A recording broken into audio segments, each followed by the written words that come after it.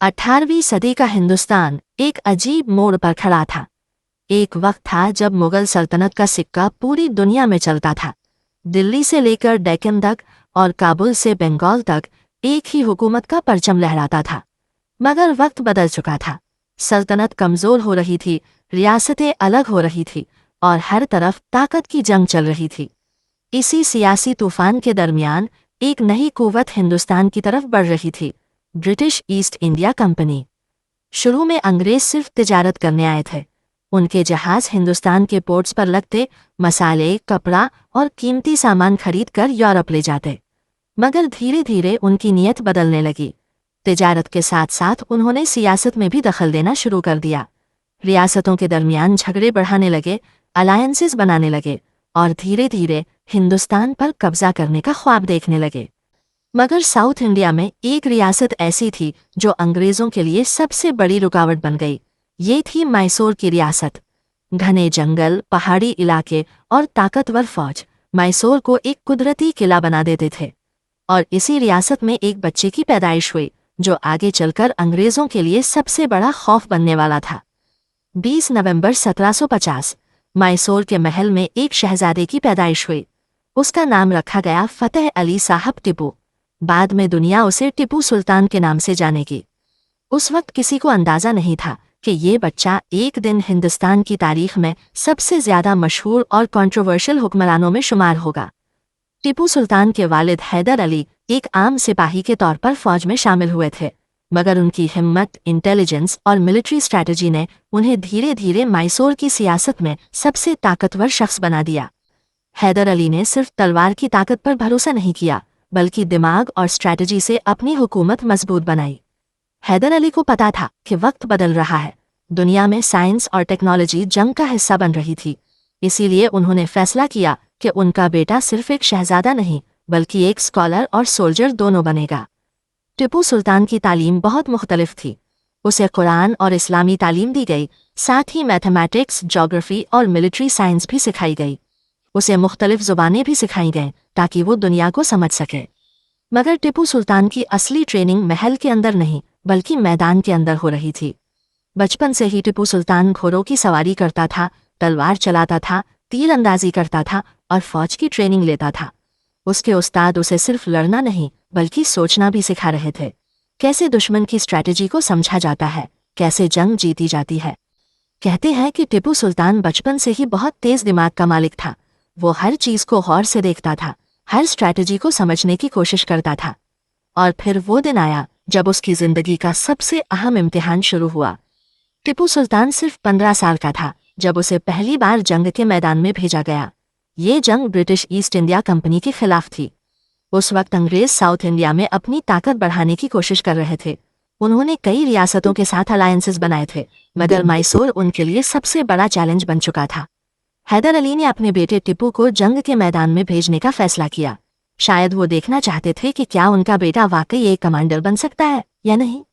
जब टिपू सुल्तान पहली बार जंग के मैदान में पहुंचा तो उसने वो मंजर देखा जो उसने पहले कभी नहीं देखा था। हर तरफ सिपाही थे, तलवारें चमक रही थीं, तोपें गरज रही थीं। जंग का मैदान सिर्फ हिम्मत का नहीं, बल्कि स्ट्रैटेजी का भी इम्तिहान होता है। टिपू सुल्तान ने उस जंग में सिर्फ तलवार नहीं चलाई, बल्कि दुश्मन की स्ट्रैटेजी को भी समझा। उसने देखा कि अंग्रेज किस तरह डिसिप्लिन और प्लानिंग के साथ लड़ते हैं, मगर उसने ये भी देखा कि अगर उनके खिलाफ सही स्ट्रैटेजी यूज की जाए तो उन्हें हराया जा सकता है। इसी जंग ने टिपू सुल्तान की जिंदगी का रुख बदल दिया। अब वो सिर्फ एक शहजादा नहीं रहा था, अब वो एक सोल्जर बन चुका था। अगले कुछ सालों में टिपू सुल्तान ने अपने वालिद के साथ मिलकर कई जंगें लड़ी। हर जंग उसे ज्यादा तजुर्बा देती रही। उसकी लीडरशिप धीरे धीरे उभरने लगी, सिपाही उस पर भरोसा करने लगे। मगर टिपू सुल्तान की सबसे बड़ी खासियत उसकी स्ट्रैटेजी थी। वो कभी भी सीधा हमला नहीं करता था। वो पहले दुश्मन की कमजोरी ढूंढता था, फिर अचानक हमला करता था। इस वजह से अंग्रेज जनरल्स अक्सर कंफ्यूज हो जाते थे। उन्हें समझ नहीं आता था कि मैसूर की फौज इतनी जल्दी कैसे मूव करती है। मगर टिपू सुल्तान सिर्फ स्ट्रैटेजी पर ही नहीं रुका, उसने जंग में टेक्नोलॉजी का भी इस्तेमाल शुरू कर दिया। उसकी फौज ने आयरन केस्ड रॉकेट्स बनाए। ये रॉकेट्स उस वक्त दुनिया के सबसे एडवांस्ड मिलिट्री वेपन्स थे। जब ये रॉकेट्स ब्रिटिश कैंप्स पर गिरते तो अफरा तफरी मच जाती। अंग्रेज सिपाही इन रॉकेट्स से बहुत डरते थे। बाद में ब्रिटिश इंजीनियर्स ने इन रॉकेट्स को स्टडी किया और यूरोप ले गए। कहते हैं कि मॉडर्न रॉकेट टेक्नोलॉजी की बुनियाद भी वहीं से पड़ी। मगर टिपू सुल्तान की कहानी सिर्फ टेक्नोलॉजी की नहीं बल्कि हिम्मत की भी है। वो एक ऐसा हुक्मरान था जो कभी झुकने को तैयार नहीं था। उसके लिए सबसे इम्पोर्टेंट चीज थी आजादी। मगर वक्त के साथ साथ उसके दुश्मन भी बढ़ते जा रहे थे। ब्रिटिश ईस्ट इंडिया कंपनी अपनी ताकत बढ़ा रही थी और धीरे धीरे हिंदुस्तान की कई रियासतें भी उनके साथ मिल रही थी। टिपू सुल्तान के लिए आने वाले साल और भी मुश्किल होने वाले थे। मगर एक बात वाज़ेह थी, ये जवान शहजादा अब एक ताकतवर लीडर बन चुका था और अंग्रेज जल्दी ही समझने वाले थे कि मैसूर का ये शेर उनके लिए सबसे बड़ा चैलेंज बनने वाला है। मगर कहानी यहीं खत्म नहीं होती। असल कहानी अब शुरू होने वाली थी। अगले कुछ सालों में टिपू सुल्तान सिर्फ मैसूर का सुल्तान नहीं बनेगा बल्कि ब्रिटिश एम्पायर के खिलाफ सबसे बड़ी दीवार बन जाएगा। और फिर शुरू होगी वो जंग जो हिंदुस्तान की तारीख को हमेशा के लिए बदल देगी। शेर मैसूर की असल कहानी अभी बाकी है।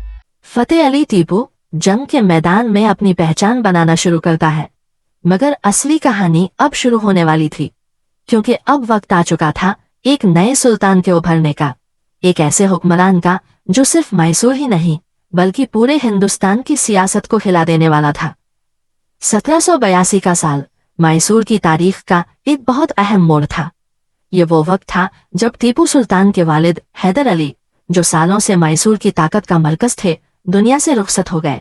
हैदर अली की मौत सिर्फ एक बाप की मौत नहीं थी बल्कि मैसूर के लिए एक बहुत बड़ा सियासी झटका भी था।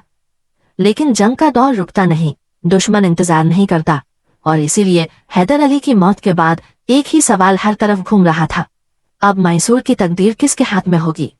जवाब ज्यादा देर तक छुपा नहीं रहा। टीपू सुल्तान ने सिर्फ अपने वालिद की जगह नहीं ली बल्कि पूरी हिम्मत और कॉन्फिडेंस के साथ मैसूर की हुकूमत संभाल ली। अब वो सिर्फ एक कमांडर नहीं था बल्कि मैसूर का सुल्तान बन चुका था। लेकिन सुल्तान बनना आसान नहीं होता। एक हुक्मरान को सिर्फ जंग नहीं बल्कि सियासत, इकोनॉमी और आवाम की जिम्मेदारी भी उठानी होती है। टीपू सुल्तान को अच्छी तरह पता था कि ब्रिटिश ईस्ट इंडिया कंपनी अब सिर्फ एक तिजारती कंपनी नहीं रही, वो एक एम्पायर बनने की तरफ बढ़ रही थी, और अगर मैसूर को बचाना है तो उसे मॉडर्न और पावरफुल बनाना होगा। इसीलिए टीपू सुल्तान ने अपनी हुकूमत के शुरुआती सालों में एक बहुत बड़ा फैसला किया। उसने अपनी फौज को मॉडर्न बनाना शुरू किया। उस वक्त हिंदुस्तान की बहुत सी रियासतें अब भी पुराने तरीकों से जंग लड़ रही थी, मगर टीपू सुल्तान समझ चुका था कि दुनिया बदल रही है। यूरोप में नई टेक्नोलॉजी आ रही थी, गन्स और आर्टिलरी ज्यादा पावरफुल हो रही थी। इसलिए उसने अपनी फौज को यूरोपियन स्टाइल पर ट्रेन करना शुरू किया, नई यूनिफॉर्म्स, डिसिप्लिन ट्रेनिंग और मॉडर्न वेपन्स। मगर टीपू सुल्तान का सबसे रेवोल्यूशनरी आइडिया था रॉकेट टेक्नोलॉजी। जैसा कि हमने पहले भी देखा, मैसूर की फौज ने आयरन केस्ड रॉकेट्स डेवलप किए थे, मगर टीपू सुल्तान ने इन रॉकेट्स को और भी पावरफुल बनाया। उसने डेडिकेटेड रॉकेट ब्रिगेड्स बनाई। ये रॉकेट्स जंग के मैदान में दुश्मन की फॉर्मेशन को तोड़ देते थे। जब ये रॉकेट्स आसमान में शूट होते तो उनकी आवाज और आग का मंजर दुश्मन के दिल में खौफ पैदा कर देता। ब्रिटिश फौज के लिए ये बिल्कुल नई चीज थी। कई ब्रिटिश सोल्जर्स ने अपनी रिपोर्ट्स में लिखा कि मैसूर के रॉकेट्स उनके कैंप्स में अफरा तफरी मचा देते थे। मगर टीपू सुल्तान सिर्फ मिलिट्री टेक्नोलॉजी पर ही फोकस नहीं कर रहा था, उसने अपनी इकोनॉमी को भी मजबूत बनाना शुरू किया। उसने एग्रीकल्चर को इम्प्रूव किया, ट्रेड राउट्स डेवलप किए और मैसूर को एक स्ट्रॉन्ग इकोनॉमिक स्टेट बनाने की कोशिश की।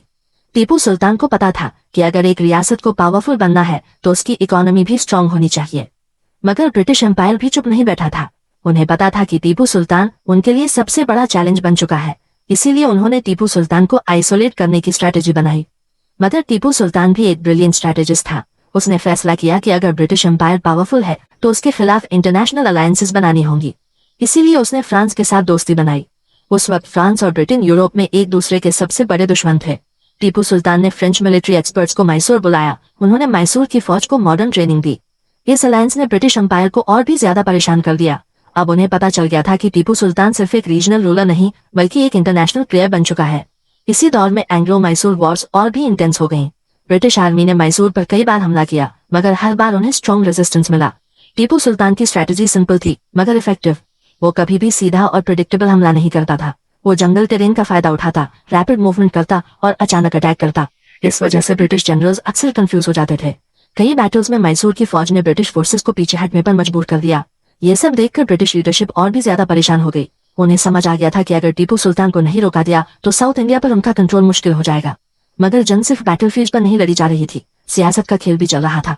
ब्रिटिश एम्पायर ने धीरे धीरे हिंदुस्तान की दूसरी रियासतों को अपनी तरफ करना शुरू कर दिया। उन्होंने मराठा एम्पायर और हैदराबाद की रियासत के साथ अलायंसेस बनाए। उनका मकसद सिंपल था, टीपू सुल्तान को अकेला कर दो ताकि जब फाइनल जंग हो तो मैसूर के पास कोई पावरफुल अलाई ना हो। मगर टीपू सुल्तान को भी ये सब समझ आ रहा था। उसे पता था कि आने वाले साल और भी मुश्किल होने वाले हैं, मगर उसने कभी हिम्मत नहीं हारी। उसने अपनी फौज को और स्ट्रॉन्ग बनाया, अपने किलों को और मजबूत किया और अपने आवाम को भी मोटिवेट किया। टीपू सुल्तान के लिए ये सिर्फ एक पॉलिटिकल स्ट्रगल नहीं था, ये एक आइडियोलॉजिकल स्ट्रगल भी था। उसका मानना था कि हिंदुस्तान को फॉरेन रूल से बचाना जरूरी है, मगर वक्त धीरे धीरे उसके खिलाफ होता जा रहा था। ब्रिटिश एम्पायर की रिसोर्सेज बहुत ज्यादा थी, उनके पास पैसे भी थे, शिप्स भी और ट्रेन आर्मी भी, मगर फिर भी एक आदमी उनके लिए सबसे बड़ा चैलेंज बना हुआ था, और वो था टीपू सुल्तान। मगर कहानी अब और भी ड्रामेटिक होने वाली थी, क्योंकि अब आने वाला था वो दौर जब एंग्लो मैसूर वॉर्स अपनी सबसे इंटेंस स्टेज पर पहुंचने वाले थे, और इसी जंग में दुनिया देखेगी कि शेर मैसूर कितना पावरफुल है। मगर साथ ही ये भी पता चलेगा कि सियासत और साजिश का खेल कभी कभी सबसे ताकतवर हुक्मरानों को भी कमजोर बना देता है, और शायद इसीलिए टीपू सुल्तान की जिंदगी का अगला चैप्टर सबसे ज्यादा ड्रामेटिक होने वाला है, क्योंकि अब शुरू होने वाली है वो जंग जिसमें ब्रिटिश एम्पायर और मैसूर की तकदीर हमेशा के लिए बदलने वाली है। शेर मैसूर अब अपनी जिंदगी की सबसे बड़ी जंग के लिए तैयार हो रहा था, मगर उसे शायद अंदाजा भी नहीं था कि आने वाले सालों में सिर्फ जंग ही नहीं बल्कि धोखा भी उसका इंतजार कर रहा है। और जब धोखा और जंग एक साथ मिल जाए तो तारीख अक्सर खून से लिखी जाती है। शेर मैसूर की कहानी अभी और भी गहरी होने वाली है, और अब शुरू होने वाला है उसकी जिंदगी का सबसे डेंजरस दौर। 1780s का हिंदुस्तान एक ऐसी दौर थी जहां ब्रिटिश ईस्ट इंडिया कंपनी अपनी ताकत का जादू दिखा रही थी और हर रियासत अपने सर्वाइवल के लिए लड़ रही थी। मगर साउथ इंडिया में एक शेर था जो उनके सपनों को तोड़ने को तैयार था। टीपू सुल्तान, शेर मैसूर, अब सिर्फ एक जवान शहजादा नहीं रहा, अब वो एक लीडर बन चुका था जिसके नाम से अंग्रेज और आसपास की रियासतें लरज उठती थीं। और ये कहानी है उन एंग्लो मैसूर वॉर्स की जहां स्ट्रैटेजी, ब्रेवरी और टेक्नोलॉजी का इतना मिलन हुआ कि दुनिया हिला दी। ब्रिटिश ईस्ट इंडिया कंपनी ने साउथ इंडिया में अपनी ताकत बढ़ाने की कोशिश शुरू कर दी थी। हर रियासत को अपने कंट्रोल में लाना उनका प्लान था, मगर मैसूर उनके लिए सबसे बड़ा चैलेंज बन चुकी थी। हैदर अली की मौत के बाद टीपू सुल्तान ने लीडरशिप को अपनाया और साबित कर दिया कि मैसूर सिर्फ जमीन नहीं बल्कि स्ट्रैटेजी और हिम्मत की मिसाल है। अंग्रेज समझ नहीं पा रहे थे कि इस जवान सुल्तान के खिलाफ कौन सी चाल चलनी चाहिए। 1782 में टीपू सुल्तान ने अपनी हुकूमत का आगाज किया। सिर्फ 32 साल के थे, मगर उनका विजन बहुत बड़ा था। उन्होंने मैसूर को सिर्फ साउथ इंडिया की ताकत नहीं बल्कि पूरे हिंदुस्तान में एक मिसाल बनाना चाहा। अपनी कोर्ट में नए जनरल्स बुलाए, यूरोपियन मिलिट्री एक्सपर्ट से ट्रेनिंग ली और फौज को मॉडर्नाइज करना शुरू किया। टीपू कहते थे, जंग सिर्फ तलवार से नहीं, स्ट्रैटेजी और टेक्नोलॉजी से जीती जाती है, और यही उनकी पहली असली पहचान बनी। टीपू सुल्तान समझ गए थे कि ब्रिटिश के खिलाफ तन्हा लड़ना मुश्किल है, इसलिए उन्होंने फ्रांस के मिलिट्री एक्सपर्ट्स को बुलाया, आर्टिलरी और रॉकेट टेक्नोलॉजी का इस्तेमाल सीखा। टीपू सुल्तान और फ्रेंच एडवाइजर्स ने नए टैक्टिक्स डेवलप किए, जिसमें हर अटैक और डिफेंस का स्ट्रैटेजी पहला स्टेज पे था। ब्रिटिश के लिए ये नाइटमेयर था, और मैसूर की ताकत हर तरफ महसूस होने लगी। पहली एंग्लो मैसूर वॉर 1767-69 में शुरू हुई हैदर अली के वक्त, मगर टीपू सुल्तान ने जवानी में इस जंग को संभाला और हर बैटल में ब्रिटिश को कंफ्यूज किया। उन्होंने रॉकेट्स और आर्टिलरी का पहली बार इस्तेमाल किया, जो ब्रिटिश के लिए नया और टेरिफाइंग था। हर सिपाही को पता था टीपू सुल्तान के साथ लड़ना सिर्फ एक जंग नहीं बल्कि एक टेस्ट है ब्रेवरी और डिसिप्लिन का। 1780 में दूसरी जंग शुरू हुई और टीपू सुल्तान ने अपनी पहली बड़ी इंडिपेंडेंट कमान ली। हर अटैक ब्रिटिश के लिए शॉक था, उनकी ट्रूप्स हैरान और अफ्रेड हो गईं। टीपू सुल्तान के लिए जंग सिर्फ फिजिकल फाइट नहीं बल्कि दिमाग और स्ट्रैटेजी का इम्तिहान थी। हर मनोवर, हर एम्बुश उसने पर्सनली प्लान किया। अंग्रेज समझ नहीं पा रहे थे कि ये शेर का अगला स्टेप क्या होगा। टीपू सुल्तान ने दुनिया के पहले आयन केस्ड रॉकेट्स अपनी फौज में इंट्रोड्यूस किए, दूर तक जाने वाले, दुश्मन के कैंप्स में अफरा तफरी मचा देने वाले rockets. British soldiers in rocket से इतने डरे कि उनका डिसिप्लिन टूट गया, और यही रॉकेट्स बाद में यूरोप गए, मॉडर्न आर्टिलरी और रॉकेट्स की बुनियाद बन गए। टीपू सुल्तान का विजन जंग को सिर्फ तलवार और तोपे से नहीं बल्कि टेक्नोलॉजी से जीतने का था। टीपू सुल्तान की सबसे बड़ी खासियत थी उसका टैक्टिकल माइंड। हर बैटल में वो हर सिपाही और हर कैनन का मैक्सिमम इस्तेमाल करता। अंग्रेज जनरल्स अक्सर हैरान हो जाते कैसे मैसूर की फौज हर जगह साइमल्टेनियसली अटैक कर रही है। टीपू के लिए जंग सिर्फ बैटलफील्ड का नहीं बल्कि प्लानिंग, इंटेलिजेंस और पेशेंस का भी टेस्ट थी। दूसरी एंग्लो मैसूर वॉर में ब्रिटिश को बहुत नुकसान हुआ। उनकी ट्रूप्स का मोराल खत्म हो गया। टीपू सुल्तान के अटैक्स इतने इफेक्टिव थे कि कुछ एरियाज में अंग्रेज भाग गए।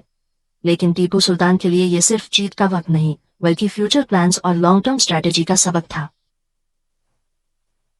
तीसरी एंग्लो मैसूर वॉर 1790 में शुरू हुई और टीपू सुल्तान दो फ्रंट्स हैंडल कर रहे थे, ब्रिटिश और उनके इंडियन एलाइज। हर अटैक में वो अपनी फौज का मोराल हाई रखता और कभी अंडर एस्टिमेट नहीं होने देता। नए फोर्ट्स, सप्लाई लाइंस और इंटेलिजेंस नेटवर्क्स डेवलप किए गए। हर स्टेप मेटिकुलसली प्लान किया गया। टीपू सुल्तान सिर्फ कमांडर नहीं बल्कि अपनी फौज का साथ देता। हर सिपाही की ट्रेनिंग, हर इंजरी उनके लिए पर्सनल मैटर थी। एक लीडर सिर्फ अपने लिए नहीं बल्कि अपनी कौम के लिए भी लड़ता है। उन्होंने अपनी जिंदगी के बहुत साल जंग और सियासत में गुजारे और कभी अपने इरादे पर कॉम्प्रोमाइज नहीं किया। टीपू सुल्तान अक्सर ब्रिटिश के लिए अनप्रेडिक्टेबल था। एम्बुशेस, नाइट अटैक्स, सीक्रेट टनल्स, हर मूव स्ट्रेटेजिकली कैलकुलेटेड था। अंग्रेज के लिए टीपू सिर्फ एक कमांडर नहीं बल्कि एक नाइटमेयर था। हर बैटल एक लेसन थी कि स्ट्रैटेजी और ब्रेवरी का कॉम्बिनेशन कितना डेडली हो सकता है। 1799 के आखिरी दौर की तैयारी शुरू हुई। टीपू सुल्तान ने श्रीरंगपटना के किले को फोर्टिफाई किया। हर कैनन, हर रॉकेट, हर गार्ड स्ट्रेटेजिकली प्लेस किया। खुद हर इंस्पेक्शन की और ट्रूप्स को मोटिवेट किया। मगर ब्रिटिश भी नई टैक्टिक्स लेकर आ रहे थे और ये आखिरी इम्तिहान था। टीपू सुल्तान की लीडरशिप सिर्फ स्ट्रैटेजी तक नहीं बल्कि मोरल और स्पिरिट का भी एग्जाम्पल बन गई। हर सिपाही को यह लगता था कि वो सिर्फ एक लीडर के लिए नहीं बल्कि अपनी कौम के लिए भी लड़ रहा है। टीपू सुल्तान ने साउथ इंडिया के लोगों में हिम्मत और मुकावमत का नया पैगाम दिया और दुनिया को दिखाया कि एक शेर कैसे जंग को जीत सकता है। एंग्लो मैसूर वॉर्स के इस दौर ने टीपू सुल्तान को एक लेजेंड बनाया और ब्रिटिश के लिए एक नाइटमेयर। मगर असली इम्तिहान अभी बाकी था और 1799 का आखिरी बैटल पूरी तारीख के लिए सबक बनने वाला था। टीपू सुल्तान फिर शेर मैसूर का असल रंग अभी पूरी तरह सामने आने वाला था। अगला आखिरी बैटल और इमॉर्टल कहानी के लिए तैयार हो जाइए। 1799 का हिंदुस्तान, एक ऐसा दौर जब ब्रिटिश ईस्ट इंडिया कंपनी अपनी पूरी ताकत के साथ मैसूर पर हमला करने वाली थी और श्रीरंगपटना, टीपू सुल्तान का किला, उनकी शान और उनके सपनों का मरकज अब जंग का मैदान बन गया था। टीपू सुल्तान, शेर मैसूर, अपनी फौज के साथ तैयार था। हर सिपाही जानता था यह सिर्फ एक बैटल नहीं बल्कि अपनी कौम और इज्जत की जंग है। ब्रिटिश जनरल्स ने पूरे हिंदुस्तान से अपनी ताकत इकट्ठा की। एंग्लो इंडियन ट्रूप्स, आर्टिलरी और सप्लाई लाइंस, सब कुछ परफेक्टली कोऑर्डिनेट किया गया। मगर टीपू सुल्तान को अंडर एस्टिमेट करना उनके लिए सबसे बड़ा गलत स्टेप था।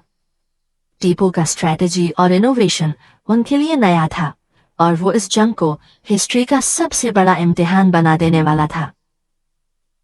टीपू सुल्तान ने फौज को गैदर किया और कहा, आज हम सिर्फ अपने किले के लिए नहीं बल्कि अपनी जमीन, अपने लोग और अपनी शान के लिए लड़ रहे हैं। जो भी अपनी जान देना चाहता है वो शेर की तरह लड़ेगा और दुनिया याद रखेगी। हर सिपाही का दिल धूम मचा और वो तैयार हो गए अपनी जिंदगी और इज्जत के लिए। अंग्रेज ने किले का सीज शुरू किया। कैनन्स की गूंज, रॉकेट्स की चमक, हर तरफ धुआं और धुआं। टीपू सुल्तान के रॉकेट्स अंग्रेज के कैंप्स में अफरा तफरी मचा रहे थे। फौज हर एम्बुश और अटैक के लिए रेडी थी और टीपू सुल्तान पर्सनली हर डिफेंस पॉइंट को इंस्पेक्ट कर रहे थे। टीपू सुल्तान का दिमाग हर स्टेप पे काम कर रहा था। हर कैनन का प्लेसमेंट, हर सोल्जर की पोजीशन और हर सीक्रेट टनल, ये सब उनके प्लान का हिस्सा था। अंग्रेज को समझ नहीं आ रहा था कि मैसूर की फौज का नेक्स्ट मूव क्या होगा और हर मूव उनके लिए शौक और नुकसान का सबब बन रहा था। हर तरफ जंग का शोर, तलवारों की टकरार, आर्टिलरी की धमक और रॉकेट्स की चमक। टीपू सुल्तान हर सिपाही के साथ लड़ रहे थे। उनकी ब्रेवरी और करेज फौज में एनर्जी और हिम्मत बढ़ाती रही। मगर ब्रिटिश नंबर्स और रिसोर्सेज बहुत ज्यादा थे और दुश्मन का प्रेशर हर तरफ महसूस हो रहा था। टीपू सुल्तान भी इस जंग में इंजर्ड हुए लेकिन उन्होंने कभी पीछे नहीं हटाए। उनकी आंखों में डिटर्मिनेशन और करेज, उनका शेर का जज्बा उनकी फौज को मोटिवेट करता रहा। हर सिपाही जानता था आज शेर की जिंदगी और मौत का वक्त है और टीपू सुल्तान अपनी मौत का सामना शेर की तरह करने को तैयार है। अंग्रेज ने किले पर फाइनल असॉल्ट किया। कैनन्स, इन्फेंट्री और कैवलरी सब कुछ एक साथ अटैक कर रहा था। टीपू सुल्तान ने अपनी फौज के साथ हर एक कॉर्नर डिफेंड किया, हर टनल और गेट पर फाइट की, मगर नंबर्स और रिसोर्सेज के आगे मैसूर की फौज को विड्रॉ करना पड़ा और टीपू सुल्तान अकेला फेस करते रहे। टीपू सुल्तान ने पूरा दिन लड़ाई की और उन्होंने हर सिपाही के लिए अपनी जान कुर्बान कर दी। उनकी तलवार और ब्रेवरी अब सिर्फ लेजेंड बन गई थी। 1799 के इस दिन शेर मैसूर ने अपनी आखिरी सांस तक ब्रिटिश का सामना किया और अपनी कौम के लिए शहादत हासिल की। टीपू सुल्तान की शहादत ने सिर्फ एक लीडर को नहीं बल्कि एक पूरी पीढ़ी को इंस्पायर किया। श्रीरंगपटना में हर तरफ गम का माहौल था। टीपू सुल्तान की मौत ने पूरे साउथ इंडिया को हिला दिया, मगर उनका जज्बा, उनका स्ट्रैटेजी और उनका करेज हमेशा के लिए याद रखने वाली मिसाल बन गई। ब्रिटिश जीत तो गए, मगर टीपू सुल्तान की लेगेसी और शेर मैसूर का नाम दुनिया में अमर हो गया। टीपू सुल्तान सिर्फ एक सुल्तान नहीं बल्कि एक सिंबल है ब्रेवरी, सैक्रिफाइस और पेट्रियोटिज्म का। उन्होंने दिखाया कि एक इंसान अपने इरादों और करेज से पूरे एम्पायर का सामना कर सकता है, और यही वजह है कि शेर मैसूर का नाम हर साउथ इंडियन और हर हिस्ट्री लवर के दिल में जिंदा है। टीपू सुल्तान की कहानी सिर्फ तलवार और रॉकेट्स की नहीं बल्कि उनके जज्बे, उनके लीडरशिप और उनके सपनों की कहानी है। एक शेर जो अपनी कौम के लिए लड़ता रहा और हमेशा के लिए अमरन बन गया। टीपू सुल्तान, शेर मैसूर, शहीद मगर कभी नहीं भूले जाने वाले।